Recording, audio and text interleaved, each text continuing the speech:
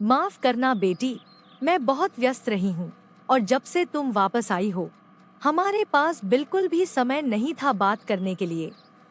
मैंने देखा कि आप कितनी व्यस्त थी, इसलिए मैंने सोचा कि पहले आप थोड़ा शांत हो जाएं, फिर हम बात करेंगे।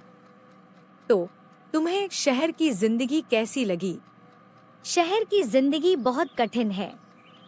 मैं थक गई और आराम करने के लिए घर वापस आने का फैसला किया। और नौकरी का क्या? मुझे अभी तक नौकरी नहीं मिली है, इसलिए मैंने सोचा कि पहले घर आकर थोड़ा आराम कर लूं।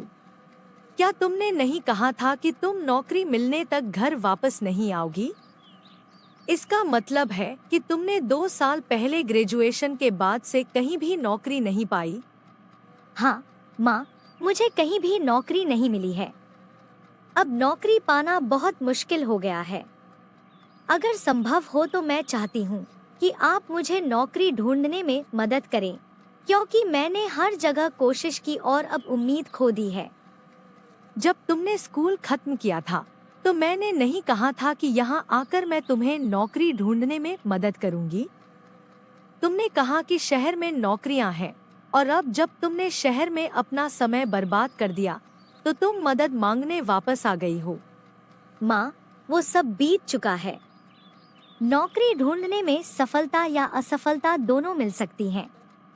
मैंने नौकरी ढूंढने में असफलता पाई और घर वापस आने का फैसला किया। अब यह तुम्हारे ऊपर है कि तुम मेरी मदद करो या मुझे घर पर ही रहकर बच्चे पैदा करने दो। मेरे घर में रहकर बच्चे पैदा करने का विचार अपने दिमाग से निकाल दो। अपना खुद का स्थान ढूंढो और वहाँ बच्चे पैदा करो। मेरे घर को मक्खियों से मत भर दो। तो फिर मुझे नौकरी ढूंढने में मदद करो ताकि मैं यहाँ मक्खियाँ न लाऊं। हाल ही में मैं एक युवा से मिली जिसने कहा कि तुम दोनों ने एक ही प्राथमिक विद्यालय में पढ़ाई की थी। उसने केवल 7वीं कक्षा तक पढ़ाई की और बहुत कुछ हासिल कर लिया। तुम जो विश्वविद्यालय गई हो, तुम्हारे पास नौकरी नहीं है और बस इधर-उधर भटक रही हो। अब आप मुझे अपमानित कर रही हो। मैं तुम्हें अपमानित नहीं कर रही हूँ, यह सच है। वह युवा तुम्हें नौकरी दिलाने में मदद कर सकता है क्योंकि उसके पास शहर में कई बड़े व्यवसाय हैं। माँ, आप मुझे सिर्फ शर्मिंदा करना चाहती हो और मुझे बेकार दिखाना चाहती हो। क्या तुम्हें नौकरी चाहिए या नहीं? हाँ, चाहिए। ठीक है, मेरे कमरे में जाओ, मेरा फोन उठाओ और उसे कॉल करो। मैंने उसका नाम अशोक दिव्या का क्लासमेट के रूप में सेव किया है। ठीक है। हेलो माँ। यह माँ नहीं है, मैं दिव्या हूँ। ओह दिव्या, मैंने सुना तुमने ग्रेजुएशन कर लिया है। हाँ, मैंने 2 साल पहले ग्रेजुएशन किया। बहुत बधाई। अब तुम कहाँ काम कर रही हो?